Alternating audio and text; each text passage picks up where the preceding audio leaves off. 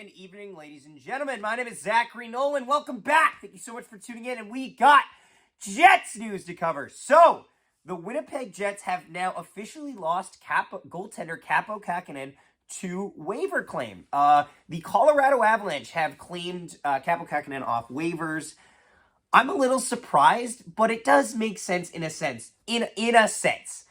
Kaapo Kahkonen is a goalie in his late 20s who has never truly been able to get out of that hole of being a 1B option as a starter, or even he's never really truly gotten out of that backup shadow. And to be fair, that wasn't the plan this season with bringing him in.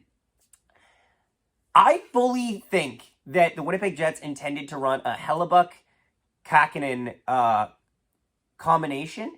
However, simply put, Kahkonen struggled immensely in the preseason. He gave up 5 goals against the Minnesota Wild in Game 1.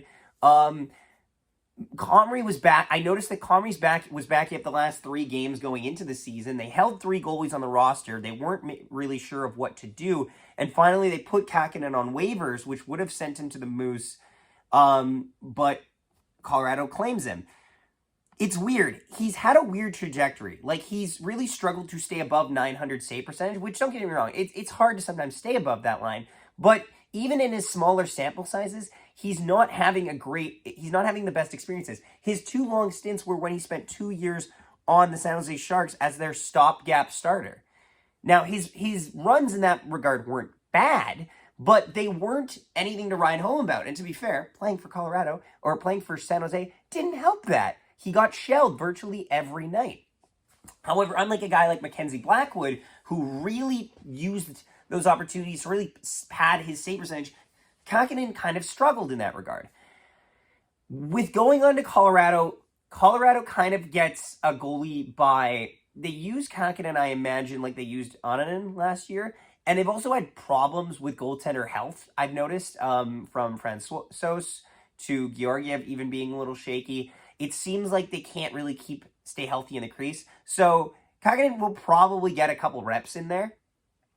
This changes a lot, though, for the Manitoba Moose goaltending hierarchy, because now Hellebuyck is always at the top. Hellebuyck sits up here on his iron throne, and Milic right now is playing some great hockey in the AHL, and he's getting ready to play another great season after last season. DiVincentis was in the AHL with him, but I'm thinking they were going on the theory that DiVincentis was going to be dropped to the Norfolk Admirals when Comrie or Kahkonen comes in. Milic shockingly beats Kahkonen for the backup job, keeping him in the number 2 slot. Milic now gets to... Originally, they throw Kahkonen down, but because he doesn't make it through waivers, DiVincentis will get reps in the AHL. And I am very curious about this. Because 2 years ago, if you'd asked me, what are my thoughts on DiVincentis? I'm like, oh, he's an amazing prospect. He looks great. But now, he had a little bit of an off year last year. So this is going to be really interesting how it affects the goaltending depth in the Winnipeg Jets organization.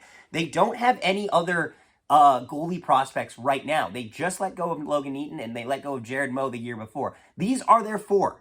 These are their 4 goalies in the organization. Now, I wouldn't be shocked if they try to sign if the Moose try to sign an AHL goalie or something, just to have enough people to go around.